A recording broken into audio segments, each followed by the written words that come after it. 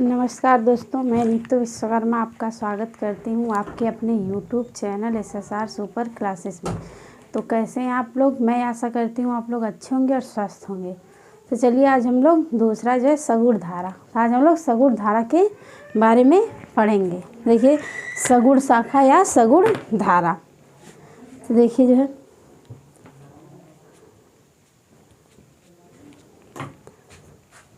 आज दूसरा जो है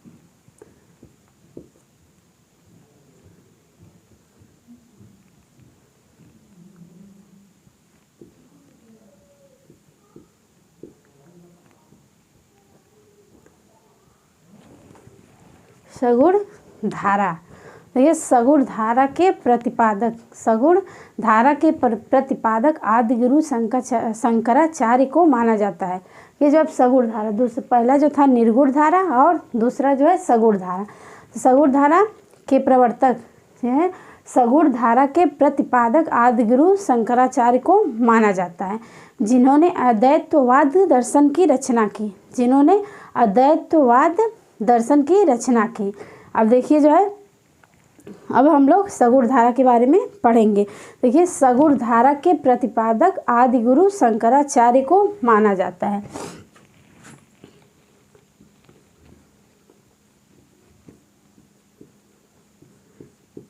सगुण धारा के प्रतिपादक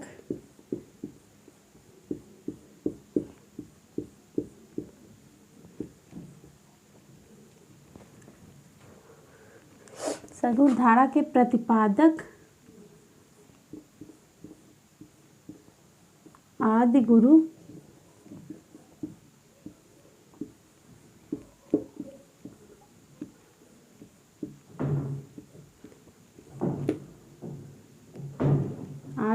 शंकराचार्य को माना जाता है।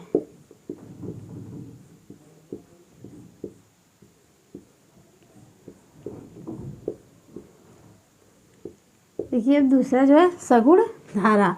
तो सगुण धारा के प्रतिपादक आदि गुरु शंकराचार्य को माना जाता है।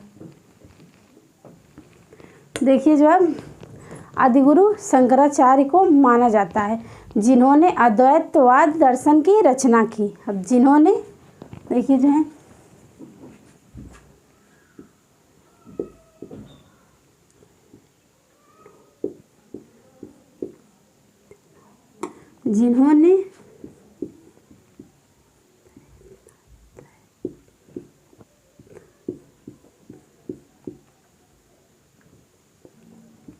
जिन्होंने अद्वैतवाद की रचना की।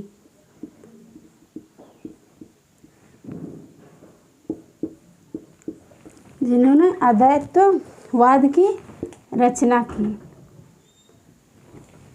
ये जो अद्वैतवाद की रचना की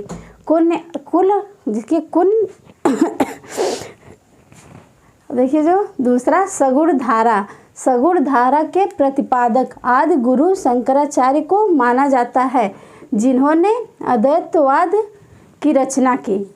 अब देखिए जो है कुछ अन्य लेखकों ने भी दर्शनवाद को लिखा। जैसे देखिए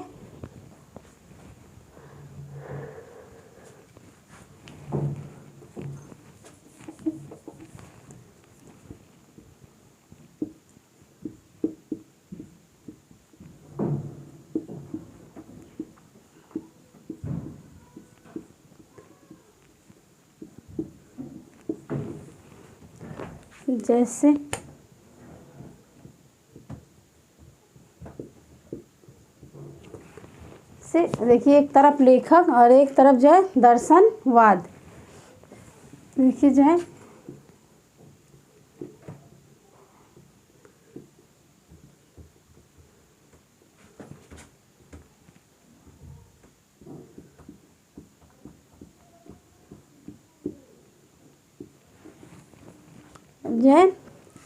ये पहले लेखक जो है माधवाचार्य।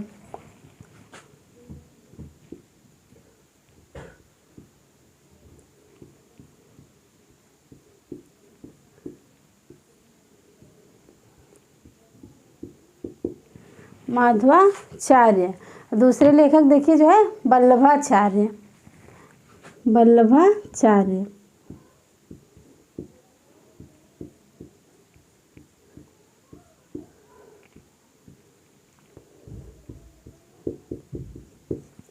अब तीसरे लेखक जो है रामानुजाचार्य। रामानुजाचार्य।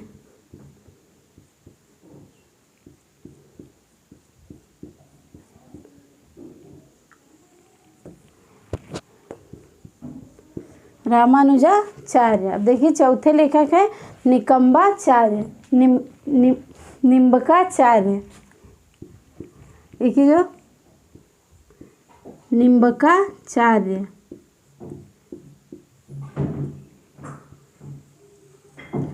देखिए जो है लेखक माधवाचार्य, वल्लभाचार्य, देखिए रामानुजाचार्य और निम्बकाचार्य। अब देखिए जो देखिए जो द्वैतवाद। देखिए माधवाचार्य जो है द्वैतवाद की रचना की।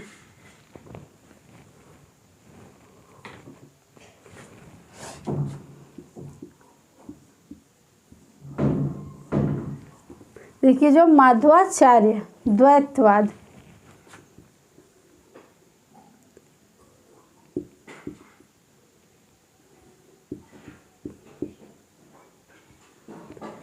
द्वैतवाद की रचना की।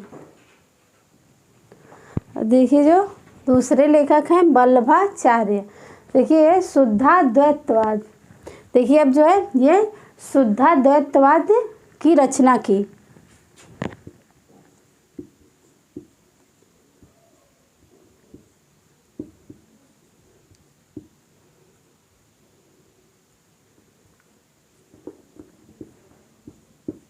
द्वैतवाद की रचना की। शुद्धाद्वैतवाद की रचना की। अब देखिए जो अगले लेखक हैं रामानुजाचार्य। रामानुजाचार्य। देखिए यह जो है विशिष्टाद्वैतवाद। विशिष्टाद्वैतवाद। विशिष्टाद्वैतवाद की रचना की। देखिए जो रामानुजाचार्य ने विशिष्टाद्वैतवाद की रचना की। अब देखिए जो है चौथे लेखक हैं निम्बकाचार्य। देखिए इन्होंने जो है द्वैतवाद की रचना की।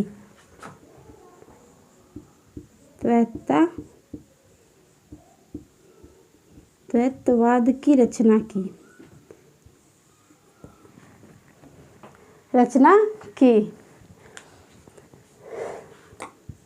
अब देखिए जो है दक्षिण में अलवार और नयनार संत हुए। दक्षिण में अलवार और नयनार संत हुए।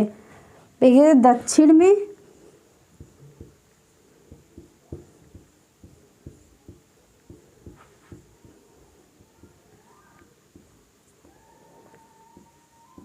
में अलवार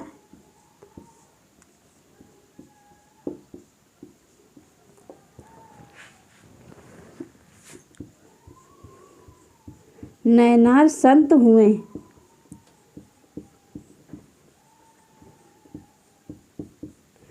दक्षिण में अलवार एवं नयनार संत हुए।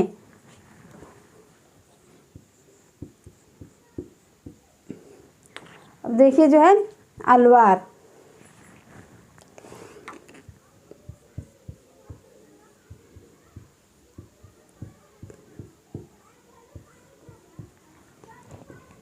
देखिए जो है अलवार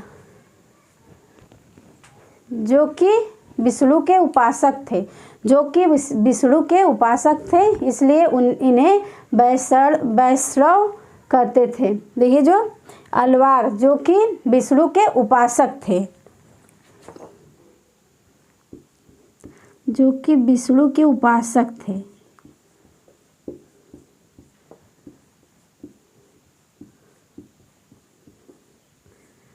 जो कि विष्णु के उपासक थे। अलवार जो है जो कि विष्णु के उपासक थे, इसलिए इन्हें वैष्णव कहते हैं। देखिए इसलिए इन्हें जो है वैष्णव कहते हैं। वैष्णव कहते हैं। अब देखिए अलवार संतों की कुल संख्या 12 है। अलवार संतों की कुल संख्या 12 है।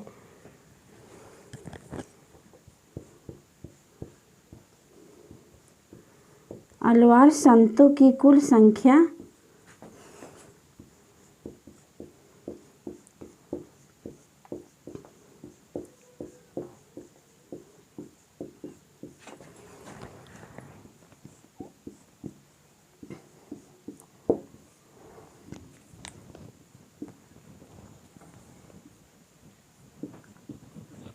अलवार संतों की कुल संख्या 12 है, जिसमें सबसे लोकप्रिय संत देखिए जिसमें सबसे लोकप्रिय संत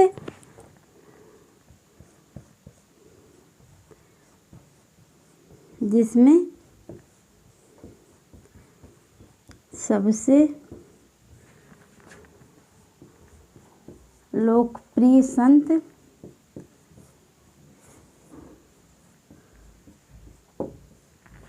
जिसमें सबसे लोकप्रिय संत षटकोप थे हैं। ये जो जिसमें सबसे लोकप्रिय संत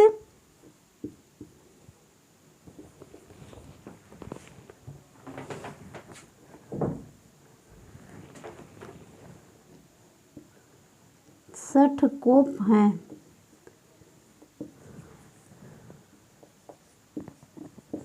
ये जो है जिसमें सबसे लोकप्रिय संत षटकोप हैं। अब देखिए जो एक बार इसको दोहरा लीजिए, फिर हम इसको मिटाते हैं।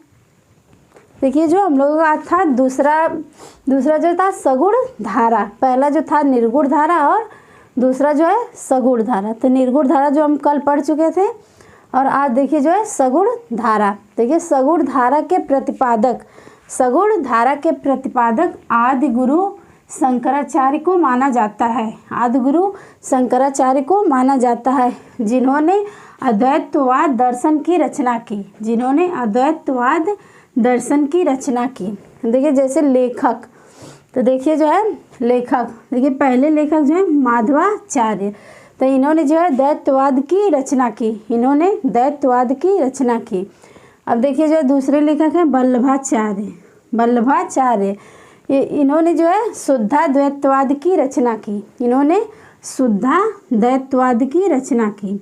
अब देखिए जो है रामानुजाचार्य जो लेखक हैं, इन्होंने विशिष्टाद्वैतवाद की रचना की। ये जो इन्होंने विशिष्टाद्वैतवाद की रचना की। तो देखिए जो है चौथे लेखक हैं निम्बकाचार्य, इन्होंने द्वैतवाद की रचना की। इन्होंने द्वैतवाद की रचना की। देखिए जो अब दक्षिण में अलवार और नयनार संत हुए। दक्षिण में अलवार और नयनार संत हुए। देखिए जो है अलवार जो विष्णु के उपासक थे। अलवार विष्णु के उपासक थे, इसलिए इन्हें वैष्णव कहते हैं। अब देखिए जो है जिसमें सबसे लोकप्रिय संत षटकोप हैं। जिसमें सबसे लोकप्रिय संत षटकोप हैं। चलिए हम इसको मिटाते हैं और आगे बढ़ते हैं।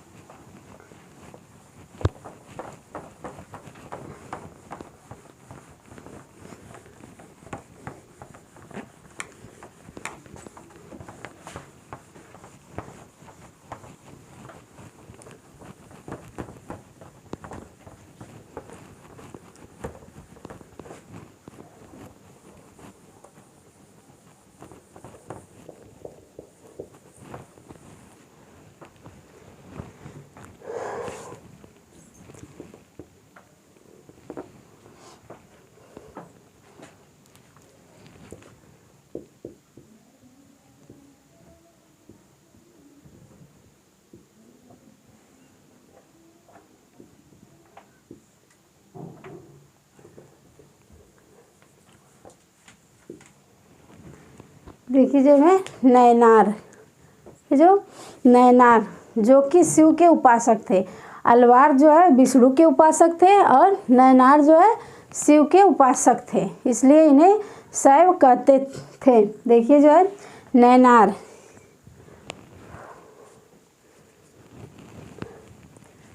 ये जो है शिव के उपासक थे।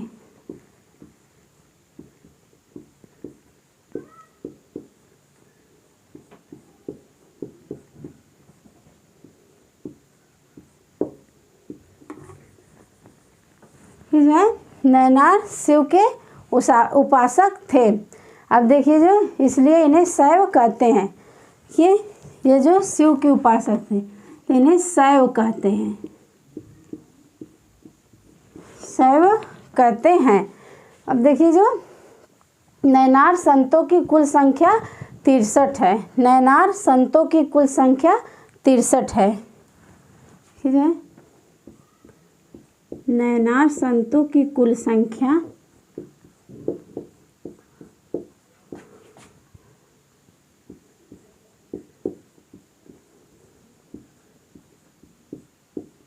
63 है।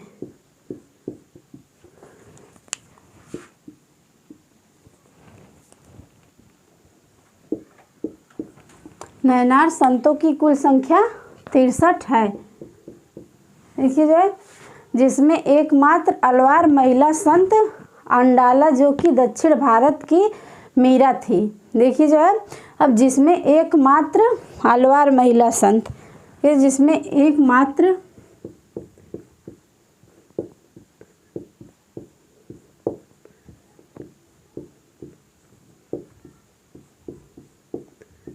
इसमें एकमात्र अलवार महिला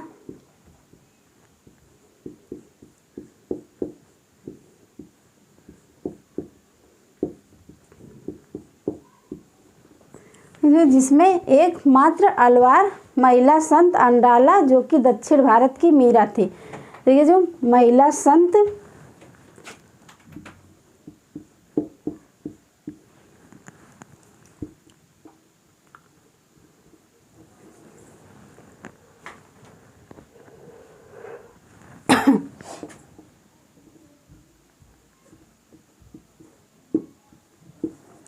जिसमें एकमात्र अलवार महिला संत अंडाला जो कि दक्षिण भारत की मीरा थी। अंडाल जो कि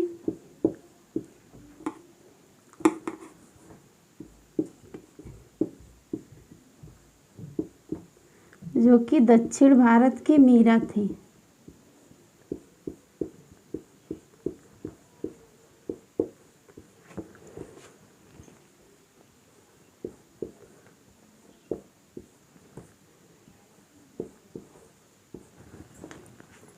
जो कि दक्षिण भारत की मीरा थी। देखिए जो है सगुण धारा को 2 शाखा में बांटा गया है। सगुण धारा को 2 शाखा में बांटा गया है।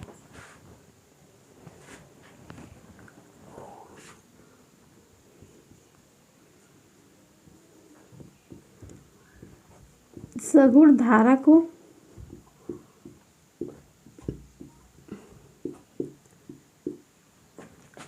दो शाखा में बांटा गया है।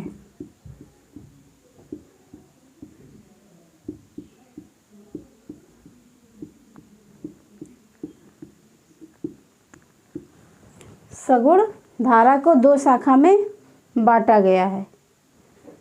देखिए जो है पहले है राम भक्ति शाखा, दूसरा है कृष्ण भक्ति शाखा। अब देखिए जो राम भक्त शाखा,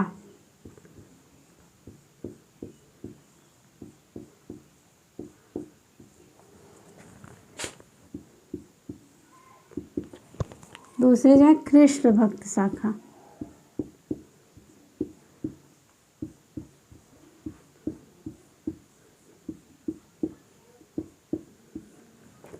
पहले जो है राम भक्ति शाखा और दूसरा जो है कृष्ण भक्ति शाखा।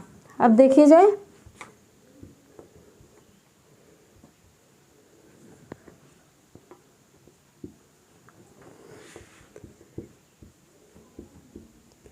राम भक्त शाखा,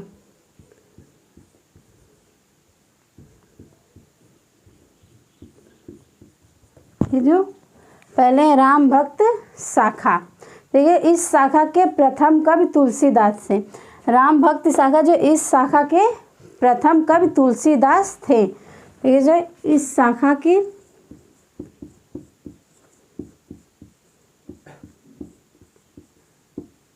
प्रथम कवि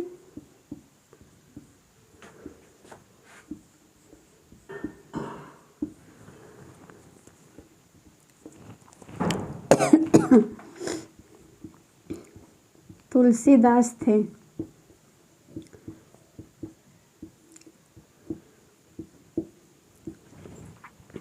राम भक्त शाखा के प्रथम कवि तुलसीदास थे। अब देखिए जो हजारी प्रसाद के अनुसार, हजारी प्रसाद द्विवेदी के अनुसार तुलसीदास का जन्म 1532 ईस्वी में हुआ। देखिए जब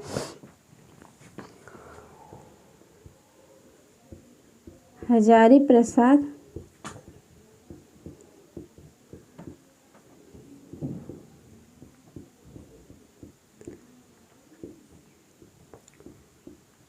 के अनुसार, हजारी प्रसाद द्विवेदी के अनुसार तुलसीदास का जन्म 1532 ईस्वी में। तुलसीदास का जन्म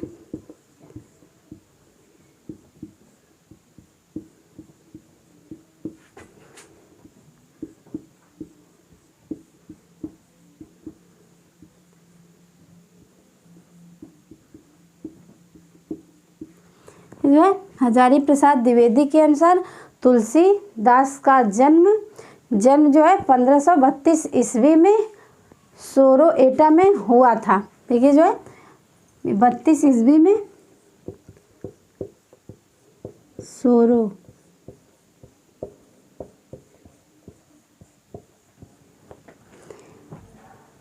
एटा में हुआ था।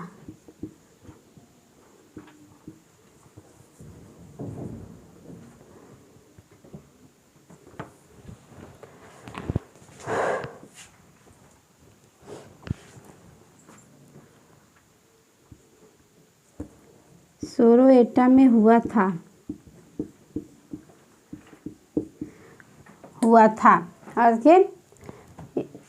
था और मृत्यु जो है 1623 ईस्वी में काशी में हुई। ये जो मृत्यु जो है, इनकी मृत्यु जो है 1623 ईस्वी में काशी में हुई।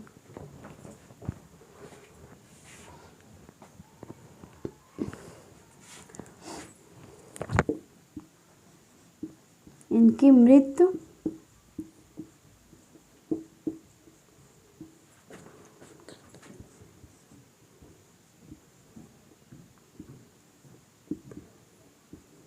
1623 ईस्वी में काशी में हुई।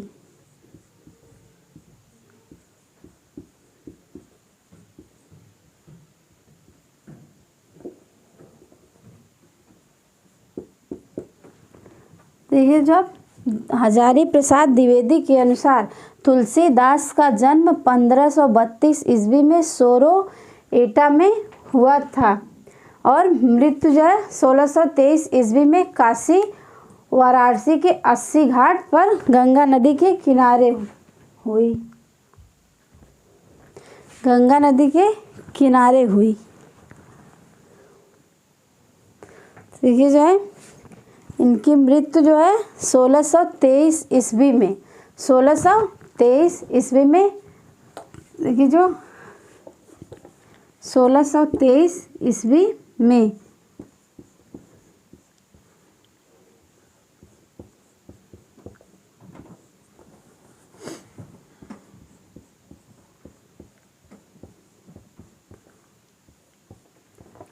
देखिए जो 1623 ईस्वी में काशी वाराणसी के 80 घाट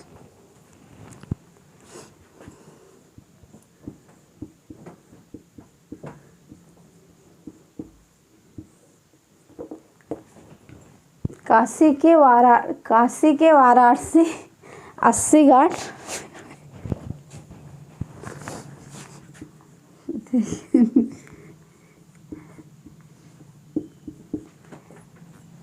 हुई। देखिए जो 80 घाट नदी के किनारे हुई, गंगा नदी के किनारे हुई।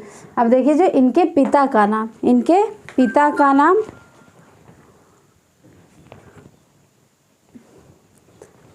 देखिए जब इनके पिता का नाम,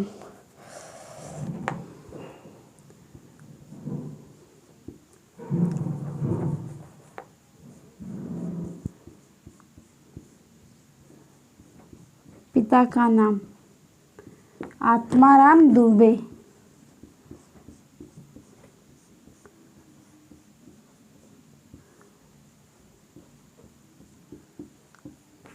इनके पिता का नाम जो है आत्माराम दुबे और माता का नाम हुलसी। देखिए माता का नाम हुलसी और इनकी माता का नाम जो है हुलसी था।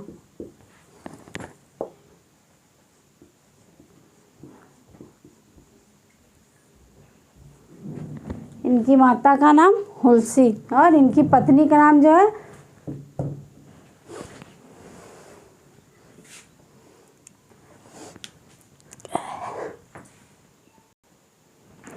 देखिए जो इनके पत्नी का नाम,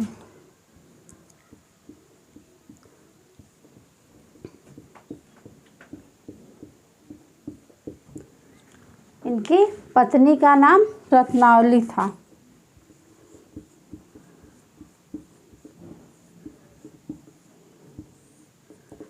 इनकी पत्नी का नाम रत्नावली था। अब देखिए जो है एक बार इसको दोहरा लीजिए। ये नैनार शिव के उपासक थे, जिसको शैव भी कहते हैं। देखिए जो है नैनार संतों की कुल संख्या 63 है। नैनार संतों की कुल संख्या 63 है। देखिए जो जिसमें एकमात्र अलवार महिला संत जो है अंडाला। देखिए जो अलवार महिला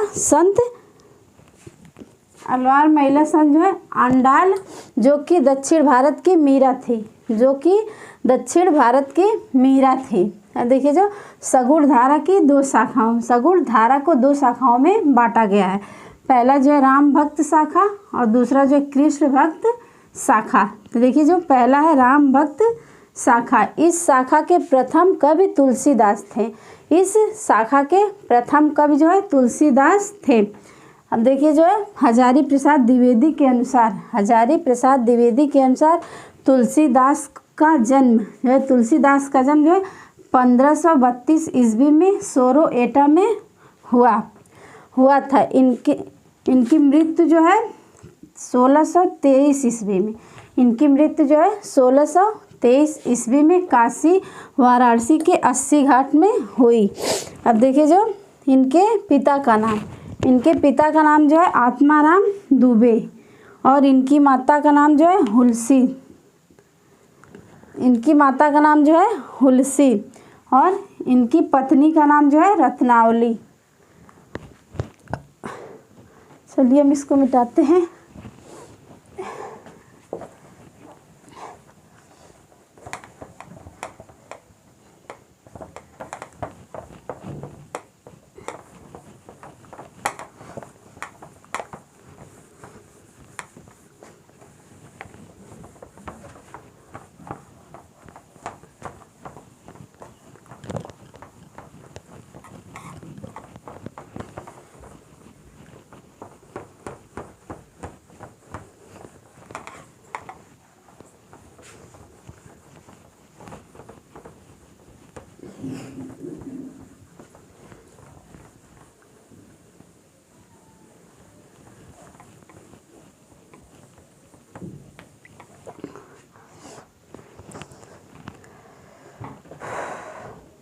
अब देखिए जो अगली रीडिंग है तुलसीदास की रचनाएं।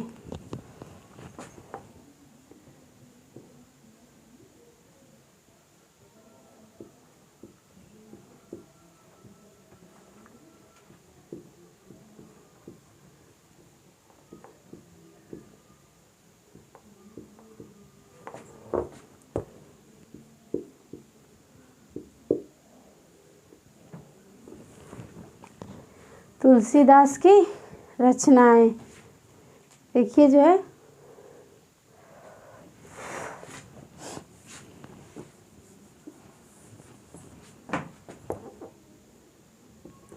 देखिए अब पहली रचना जो है वैराग्य संदीपनी। के पहली रचना जो है वैराग्य संदीपनी।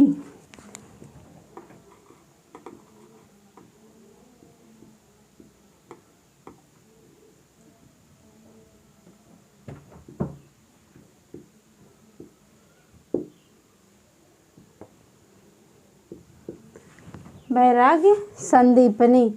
देखिए दूसरी रचना जो है रामलला। देखिए जो है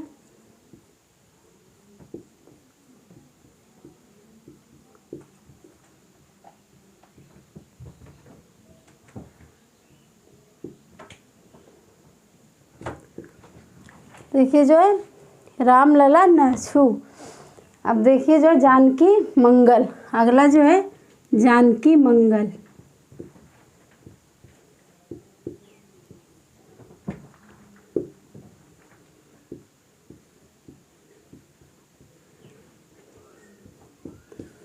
देखिए चौथी रचना जो है पार्वती मंगल। ये चौथी रचना जो है पार्वती मंगल।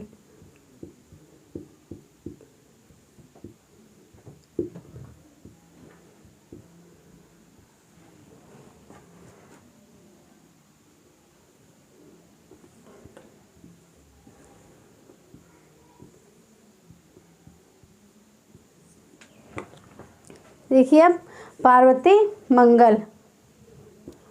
देखिए जो है पचवा है पचवी रचना। देखिए जो है बरवय रामायण। बरवय रामायण। बरवय रामायण।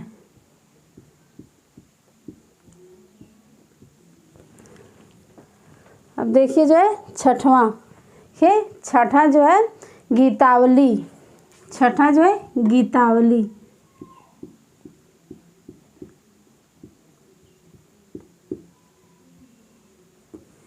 ये सतवां। देखिए सतवां जो है कवितावली।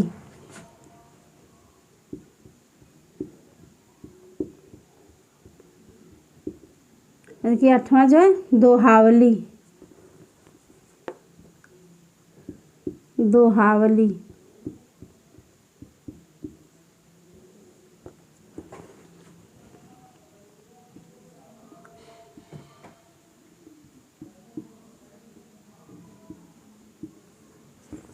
देखिए अब नवा। ये नवा जो है विनय पत्रिका।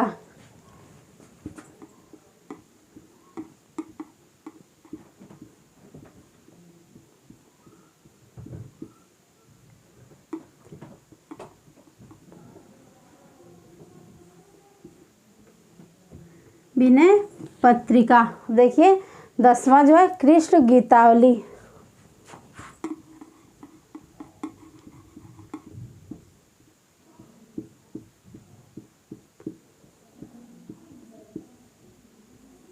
कृष्ण गीतावली। अब देखिए जो है 11वां। ये 11वां जो है रामाजा प्रश्न।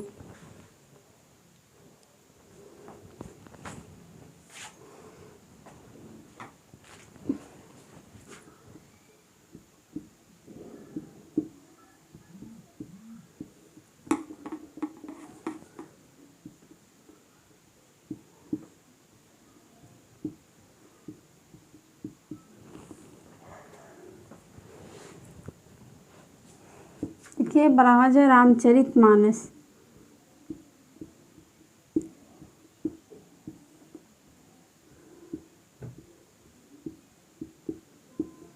रामचरित मानस। देखिए जो है इनमें 5 बड़े और 7 छोटे ग्रंथ हैं। इनमें 5 बड़े और 7 छोटे ग्रंथ हैं। देखिए जो है इनमें 5 बड़े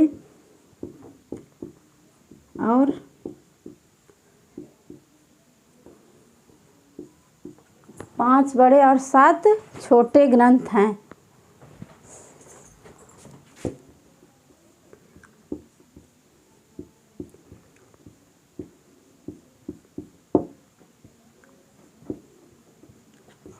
इनमें 5 बड़े और 7 छोटे ग्रंथ हैं। इस प्रकार तुलसीदास के कुल 12 ग्रंथ प्रामाणिक हैं माने जाते हैं।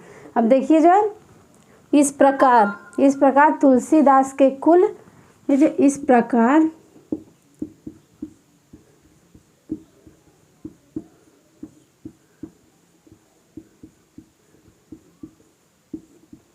तुलसीदास के कुल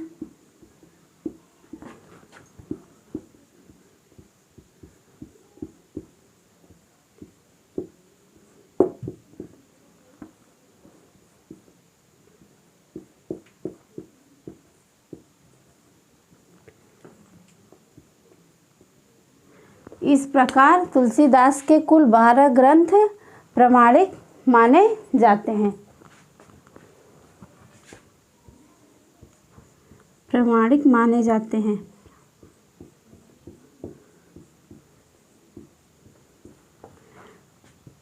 प्रामाणिक माने जाते हैं। अब देखिए जो है माने जाते हैं। देखिए कृष्ण गीतावली वैराग्य संदीपनी, कृष्ण गीतावली वैराग्य संदीपनी,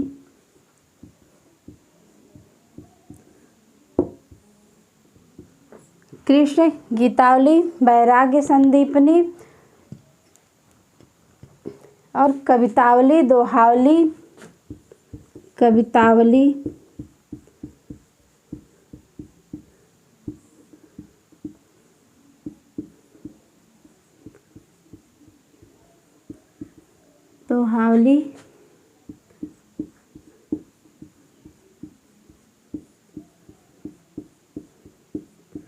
विनय पत्रिका। ये जो है कृष्ण गीतावली वैराग्य संदीपनी कवितावली, देखिए दोहावली विनय पत्रिका गीतावली विनय पत्रिका गीतावली, यह 6 ग्रंथ ब्रज भाषा में और बाकी 6 ग्रंथ जो है अवधी भाषा में लिखी गई। अब देखिए जो दोहावली विनय पत्रिका गीतावली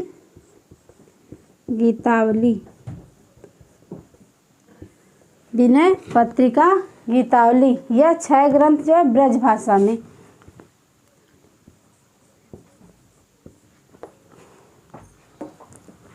यह 6 ग्रंथ ब्रज भाषा में और बाकी 6 ग्रंथ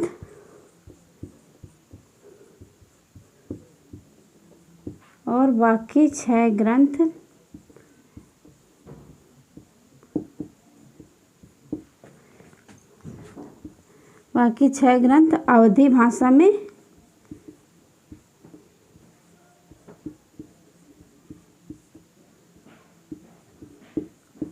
ये जो 6 ग्रंथ जो ब्रज भाषा में और बाकी जो 6 ग्रंथ वह अवधी भाषा में लिखी गई।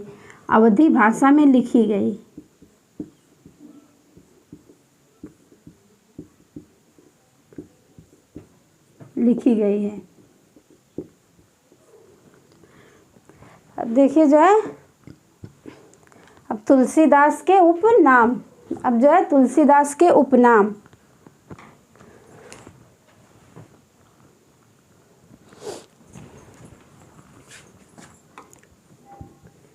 देखिए अगली हेडिंग जो है तुलसीदास के उपनाम।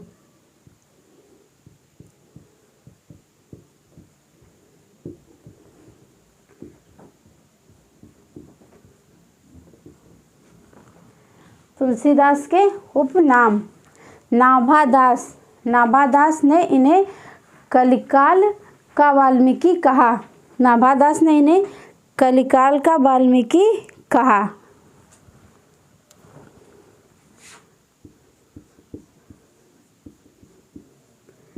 नाभादास ने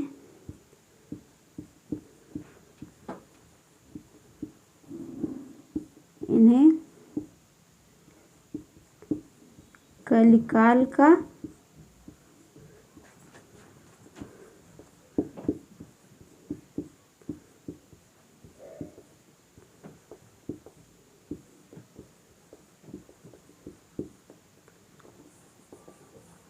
कलिकाल का वाल्मीकि कहा। देखिए जो है दूसरा, रामविलास शर्मा ने इन्हें जातीय कवि कहा। रामविलास शर्मा ने इन्हें जातीय कवि कहा। देखिए जब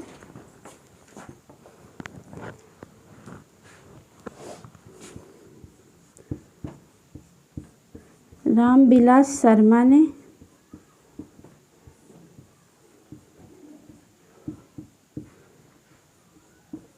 इन्हें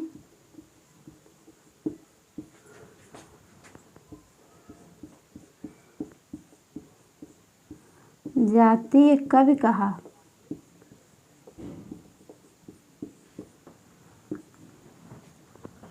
कवि कहा।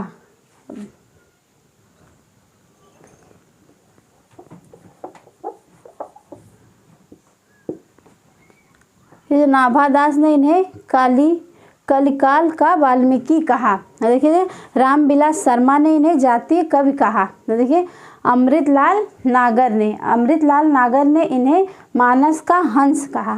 अब देखिए जो अमृतलाल नागर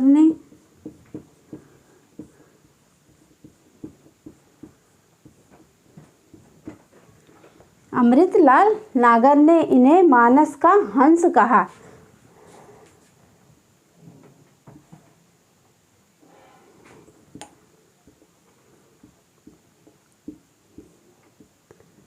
इन्हें मानस का हंस कहा।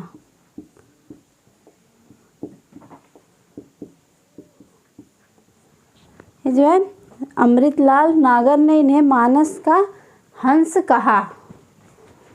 अब देखिए जो है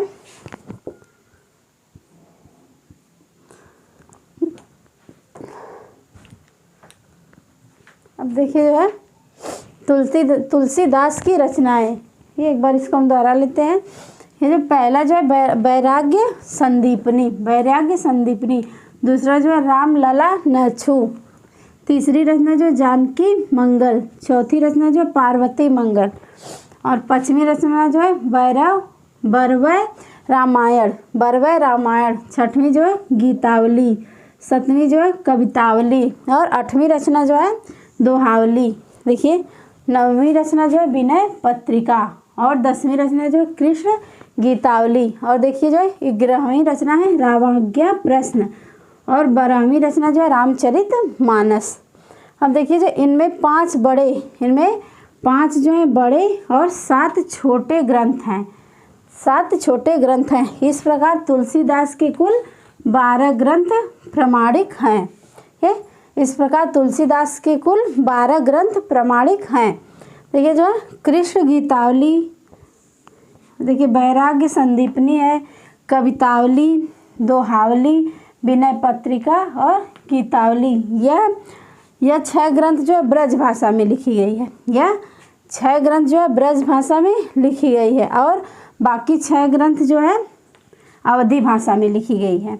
6 ग्रंथ जो है ब्रज भाषा में लिखी गई है, और बाकी जो 6 ग्रंथ है वह अवधी भाषा में लिखी गई है। देखिए तुलसीदास के उपनाम,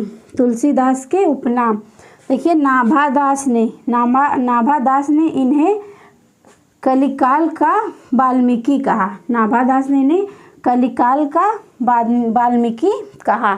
ये जो है रामविलास शर्मा ने इन्हें जातीय कवि कहा। देखिए जो अमृतलाल नागर ने इन्हें मानस का हंस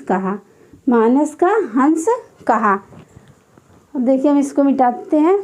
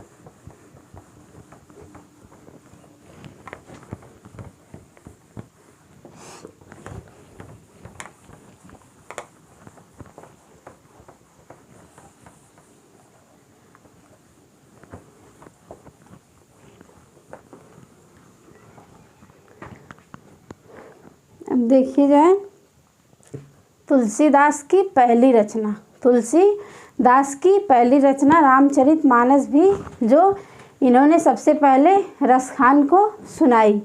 देखिए जो तुलसीदास की पहली रचना,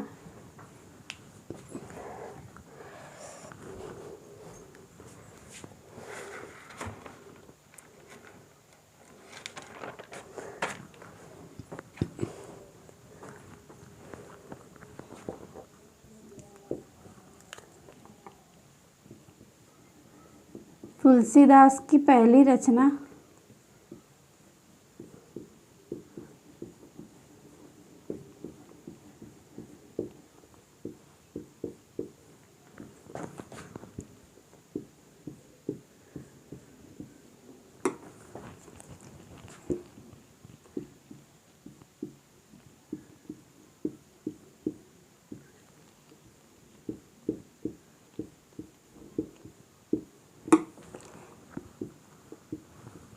तुलसीदास की पहली रचना रामचरितमानस थी, जो है रामचरितमानस थी, जो इन्होंने सबसे पहले रसखान को सुनाई।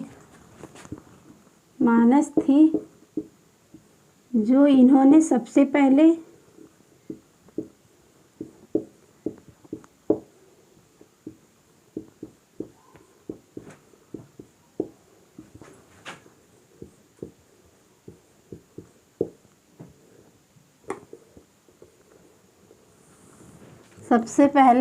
रसखान को सुनाई।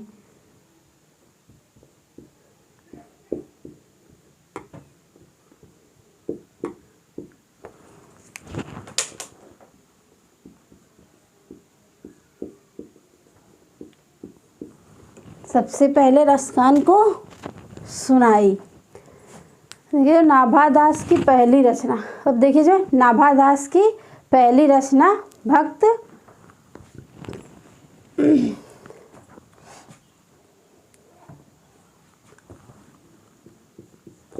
के जो नाभादास की पहली रचना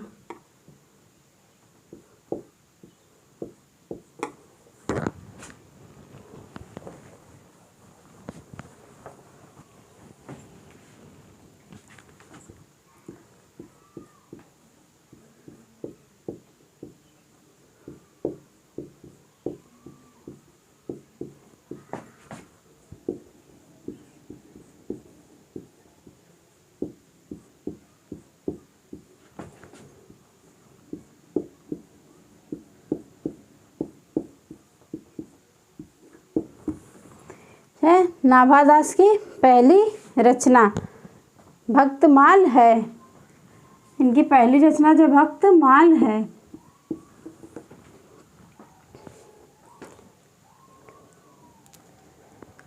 अब देखिए जो है केशवदास, अब देखिए केशवदास,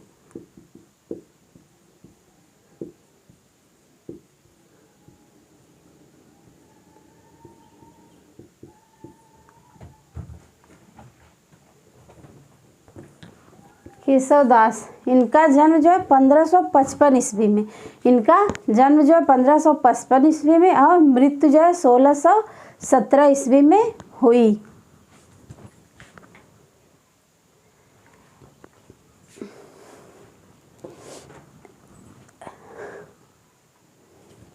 देखिए जो केशवदास, देखिए केशवदास इनका जन्म जो है 1555 ईस्वी में, इनका जन्म जो है 1555 ईस्वी में, 1555 ईस्वी में और मृत्यु जो है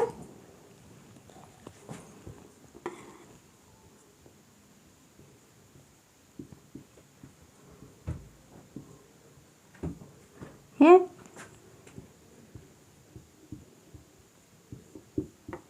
1555 ईस्वी में इनका जो है जन्म हुआ और इनकी मृत्यु जो है 1617 ईस्वी में हुई। इनकी मृत्यु जो है 1617 ईस्वी। इनका जन्म जो केशवदास का जन्म जो है 1555 ईस्वी में हुआ और इनकी मृत्यु जो है 1617 ईस्वी में हुई। अब देखिए जो प्रमुख रचनाएं, अब इनकी देखिए जो प्रमुख रचनाएं, प्रमुख रचनाएं, प्रमुख रचनाएं देखिए जो है रामचंद्रिका, रसिक प्रिया, रतन बावनी, विज्ञान गीता, नखशिख, छंदमाला है। अब देखिए जो इनकी प्रमुख रचनाएं हैं, रामचंद्रिका,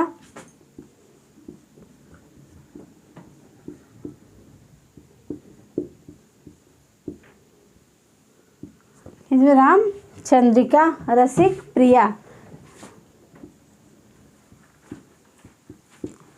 रसिक प्रिया,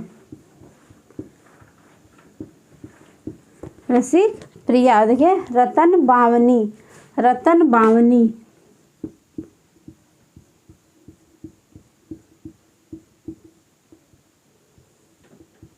रामचंद्रिका, रसिक प्रिया, रतन बावनी, विज्ञान गीता,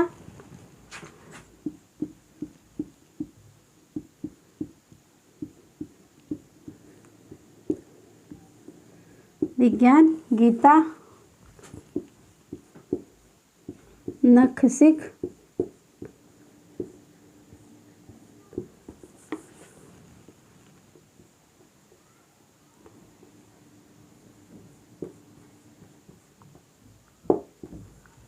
ये जो है इनकी प्रमुख रचनाएं। इनकी प्रमुख रचनाएं जो है रामचंद्रिका, रसिक प्रिया, रतन बावनी, विज्ञान गीता, नखशिखा और छंदमाला। छंदमाला, अब देखिए जो है छंदमाला है और देखिए नोट, नोट में देखिए जो है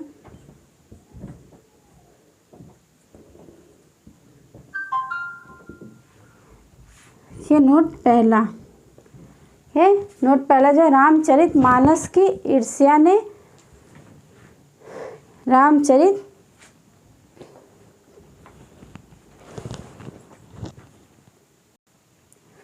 देखिए जो है रामचरितमानस की ईर्ष्या में, ये जो है रामचरितमानस की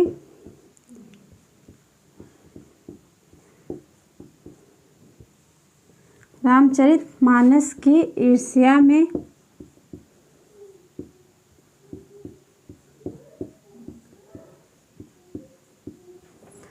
रामचरितमानस की ईर्ष्या में केशव दास ने रामचंद्रिका की रचना किया। जो रामचरितमानस की ईर्ष्या में, मानस की ईर्ष्या में केशव दास ने रामचंद्रिका की रचना की। जो में केशव दास ने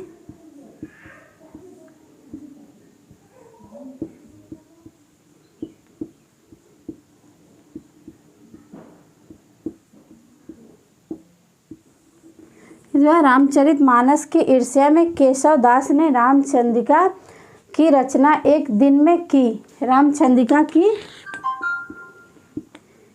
रचना एक दिन में की।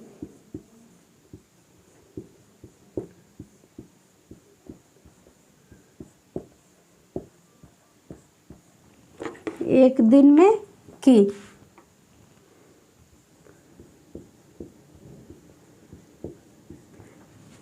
रामचंद्रिका की रचना एक दिन में की और रामचंद्रिका की ईर्ष्या में गुमनाम कवि ने। अब देखिए जो है रामचंद्रिका की ईर्ष्या में,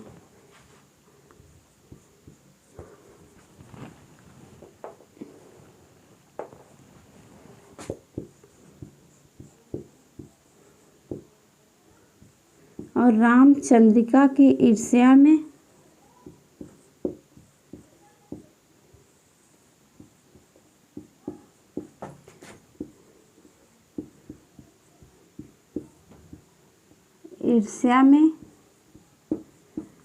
रामचंद्रिका की ईर्ष्या में गुमनाम कवि ने कृष्णचंद्रिका की रचना की। ईर्ष्या में गुमनाम कवि ने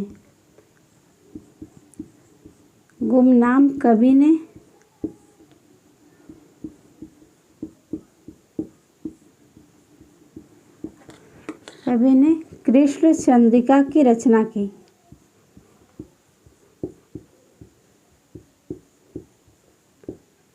कृष्ण चंद्रिका की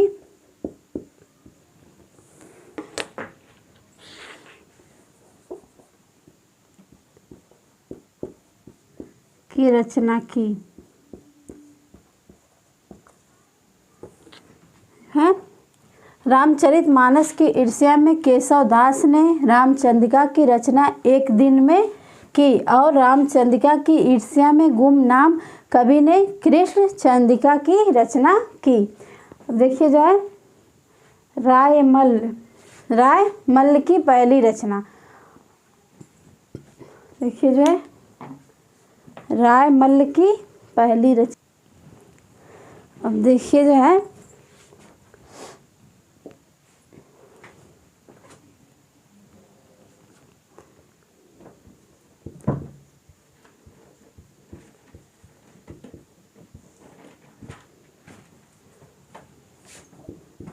रायमल पांडे। अब देखिए जो यार इनकी जो रायमल पांडे की पहली रचना जो है,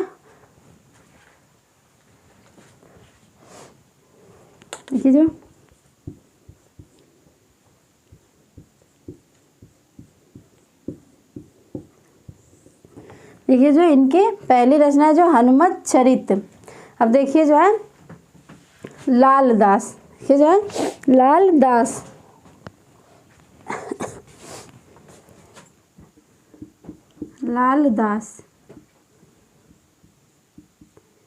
लाल दास। अब इनकी देखिए जो इनकी जो रचना है, इनकी पहली रचना जो है अवध विलास। इनकी पहली रचना जो है अवध विलास।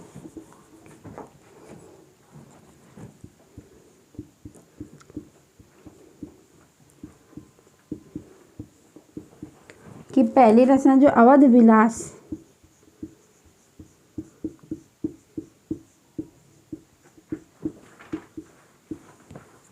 अब देखिए जो है माधव दास। ये जो एक है रायमल पांडे, इनकी रचना पहली रचना जो हनुमत चरित। और देखिए जो है लाल दास, इनकी पहली रचना जो अवध विलास। अब देखिए जो है माधव दास की देखिए पहली रचना है राम रासो। माधव दास की देखिए पहली रचना जो है राम रासो। इनकी पहली रचना जो है राम रासो।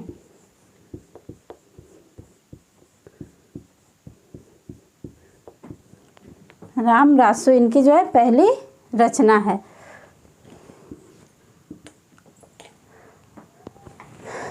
देखिए इनकी पहली रचना है। अब देखिए जो है अगला कृष्ण भक्ति शाखा। अब देखिए जो आगे है दूसरा कृष्ण भक्ति शाखा, दूसरा है कृष्ण भक्त शाखा।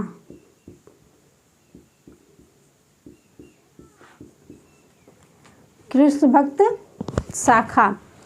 तो देखिए जो है इस शाखा का प्रतिपादन निम्बकाचार्य ने किया। इस शाखा का प्रतिपादक निम्बकाचार्य ने किया। इनकी रचना 10 श्लोकी है। अब देखिए जो इस शाखा का प्रतिपादन इस शाखा का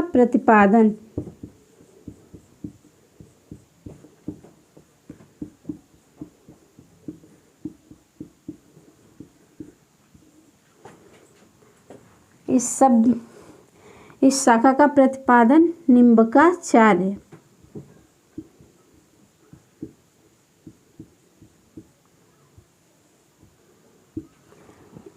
इस शाखा का प्रतिपादन निम्बकाचार्य ने किया।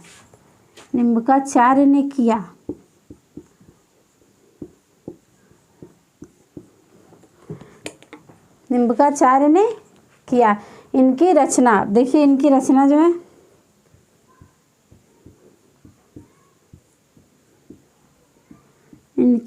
है इनकी रचना है 10 श्लोकी।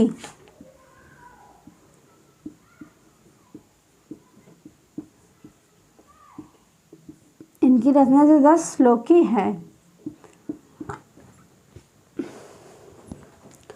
10 श्लोकी है। अब देखिए जो है, अब इसको चलिए हम मिटाते हैं और आगे बढ़ते हैं। देखिए जो है, तुलसीदास की पहली रचना रामचरित मानस थी।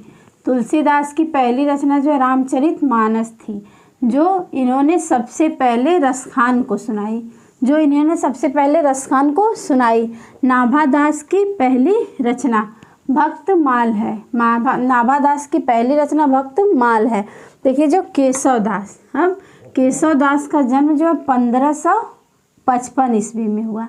केशवदास का जन्म जो है 1555 ईस्वी में हुआ और इनकी मृत्यु जो है 1617 ईस्वी में हुई। देखिए जो प्रमुख रचनाएं, अब इनकी जो है प्रमुख रचनाएं, रामचंद्रिका, रसिक प्रिया, रतन बावनी है, विज्ञान गीता, ये नख सिख, ये छंदमाला है। देखिए जो है नोट, रामचरितमानस की ईर्ष्या में, रामचरितमानस की ईर्ष्या में केशवदास ने रामचंद्रिका की जो रचना है एक दिन में किया।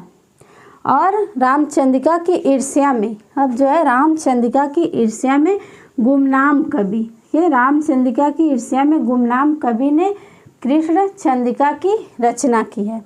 ये जो रायमल पांडे, इनकी रचना, इनकी पहली रचना देखिए जो है हनुमान चरित। देखिए जो है लालदास, इनकी देखिए पहली रचना जो अवध विलास।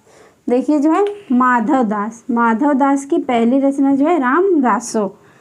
देखिए जो है, अब दूसरा है कृष्ण भक्त शाखा। इस शाखा का प्रतिपादन निम्बकाचार्य ने किया। इनकी रचना 10 श्लोकी है। इनकी रचना जो है 10 श्लोकी है। चलिए हम इसको मिटाते हैं।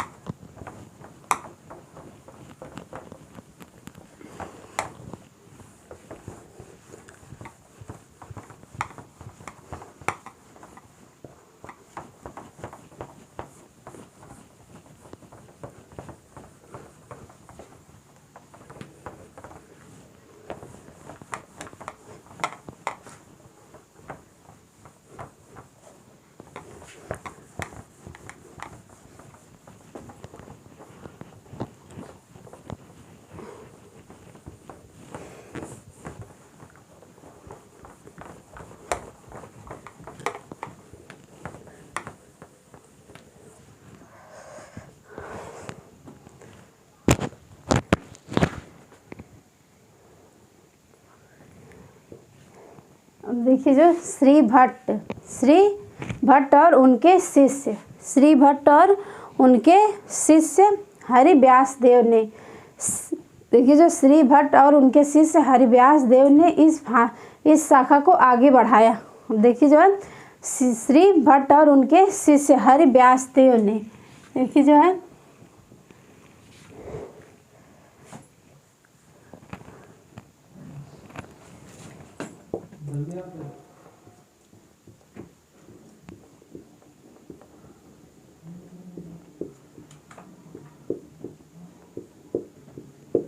कृष्ण भक्त शाखा। देखिए जो है श्री भट्ट और उनके शिष्य हरिव्यास देव। देखिए जो है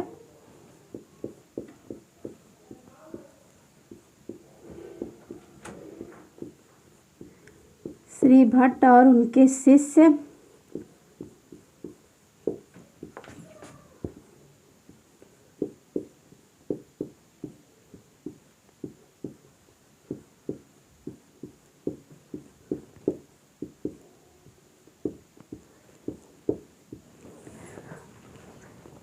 देखिए जो है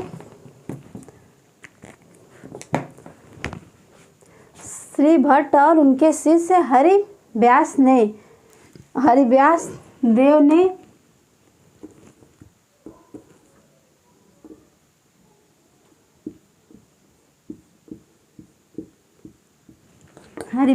देव ने इस शाखा को आगे बढ़ाया। जो देव ने इस शाखा को आगे बढ़ाया।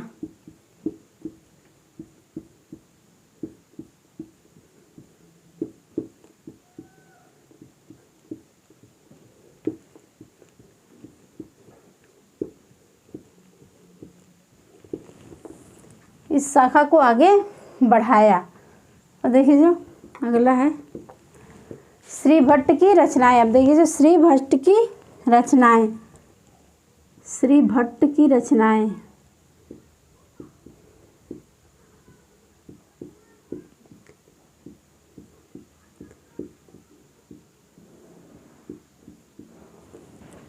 श्री भट्ट की रचनाएं देखिए युगल शतक आदि वाणी है। देखिए जो श्री भट्ट की रचनाएं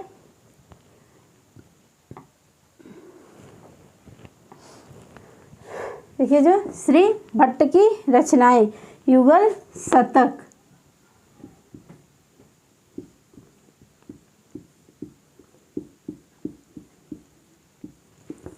युगल शतक और आदिवानी है।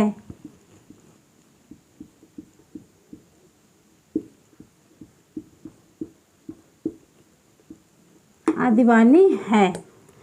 देखिए जो है हरिव्यास देव की रचना। अब देखिए अगला जो है हरिव्यास देव की रचना।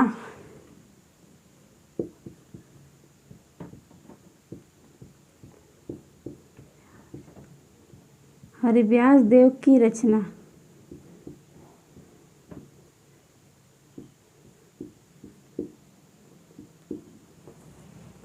ये हरिव्यास देव की रचना जो है महावाणी है। इनकी रचना जो है महावाणी है।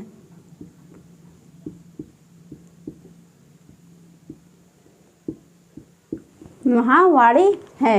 ये जयदेव की रचना। अब देखिए जो अगला है जयदेव की रचना।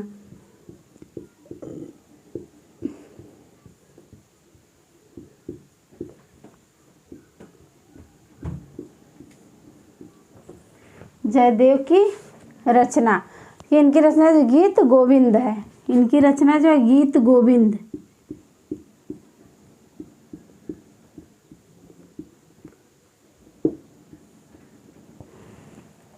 गीत गोविंद है। इनकी रचना जो है गीत गोविंद है। अब देखिए जो है वल्लभाचार्य ने 3 रचनाएं की हैं। वल्लभाचार्य ने 3 रचनाएं की हैं।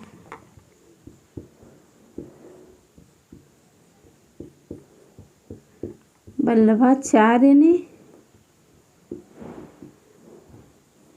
3 रचनाएं की हैं।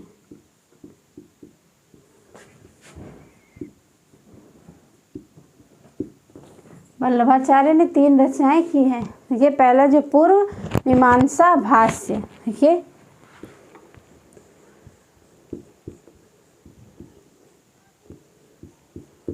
मीमांसा भाष्य।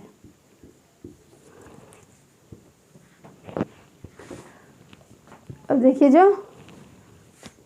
दूसरा जो है उत्तर मीमांसा भाष्य। देखिए जो उत्तर मीमांसा भाष्य।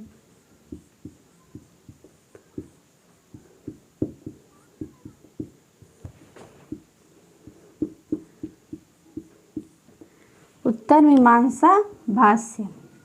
और तीसरा देखिए जो है अणुभाष्य। देखिए तीसरा जो है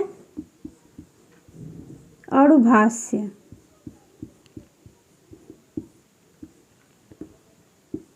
जिसका मतलब है अधूरा। अणुभाष्य। देखिए जो लेकिन इन सबको पूरा इनके पुत्र विट्ठल नाथ ने किया। देखिए जो लेकिन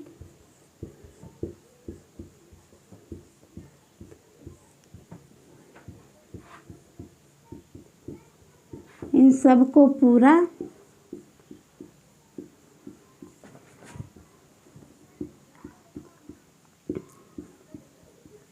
इनके पुत्र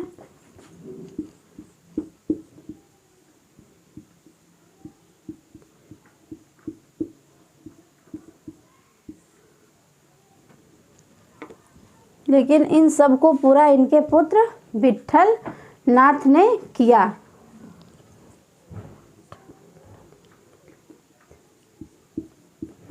विट्ठल नाथ ने किया, लेकिन इन सबको पूरा इसके पुत्र विट्ठल नाथ ने किया।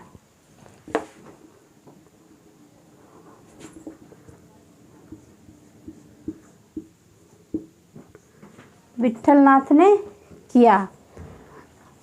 अब देखिए जो है, अब आगे देखिए जो 1565 ईस्वी में, 1565 ईस्वी में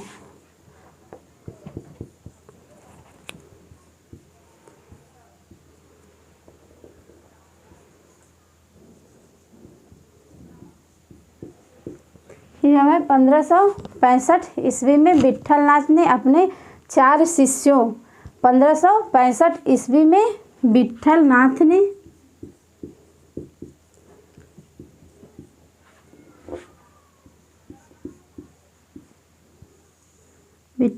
ने अपने 4 शिष्यों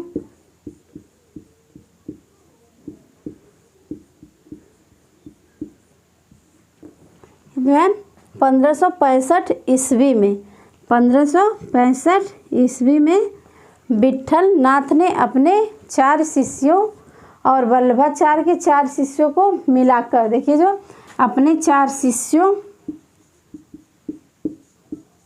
और वल्लभाचार्य के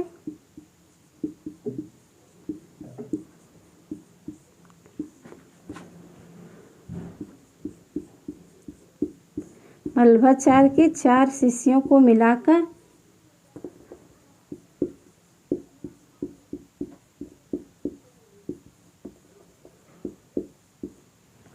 4 शिष्यों को मिलाकर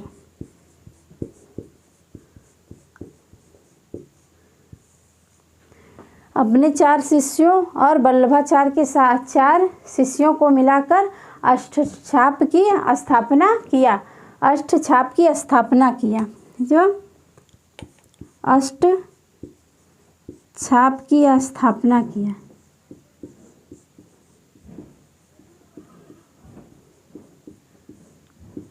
स्थापना किया।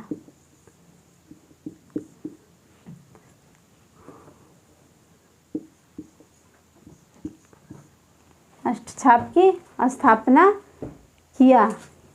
इनमें कुल 8 कवि थे। इनमें कुल 8 कवि थे। देखिए जो यह पहले कवि देखिए जो है कुंभन दास। देखिए जो कुंभन दास,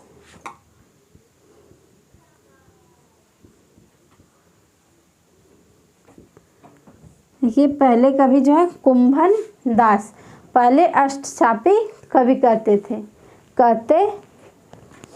देखिए जो है कुंभन दास। और ये जो दूसरे कवि जो है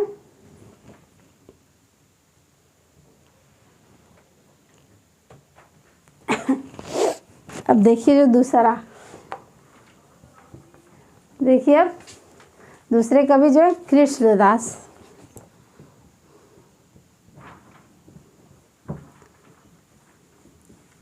कृष्णदास। देखिए जो तीसरे कवि हैं सूरदास।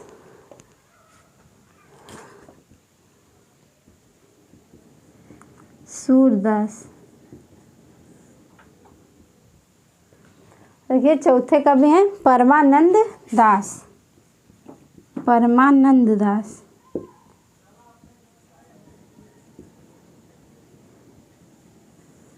परमानंद दास।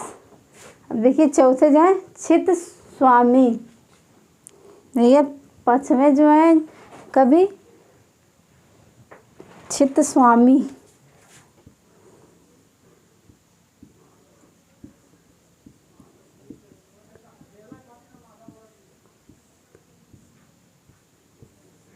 अछित स्वामी। देखिए जो छठवें कवि हैं जो गोविंद स्वामी, ये गोविंद स्वामी।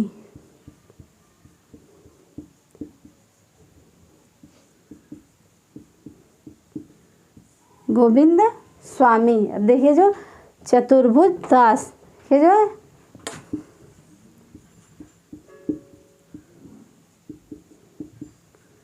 चतुर्भुज दास। देखिए जो 8वें कवि हैं नंददास, ये जो है नंददास।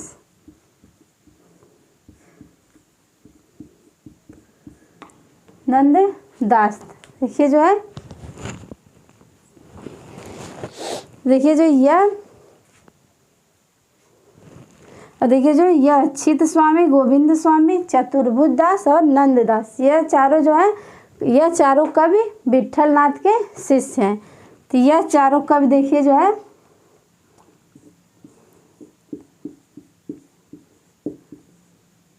विट्ठल नाथ के शिष्य हैं, ये विट्ठल नाथ के शिष्य हैं। और देखिए यह जो कुंभन दास, कृष्णदास, सूरदास और परमानंद दास, यह चारों कवि जो है वल्लभाचार्य के शिष्य थे। तो चलिए आज के लिए इतना ही, इसके आगे हम लोग कल पढ़ेंगे। धन्यवाद।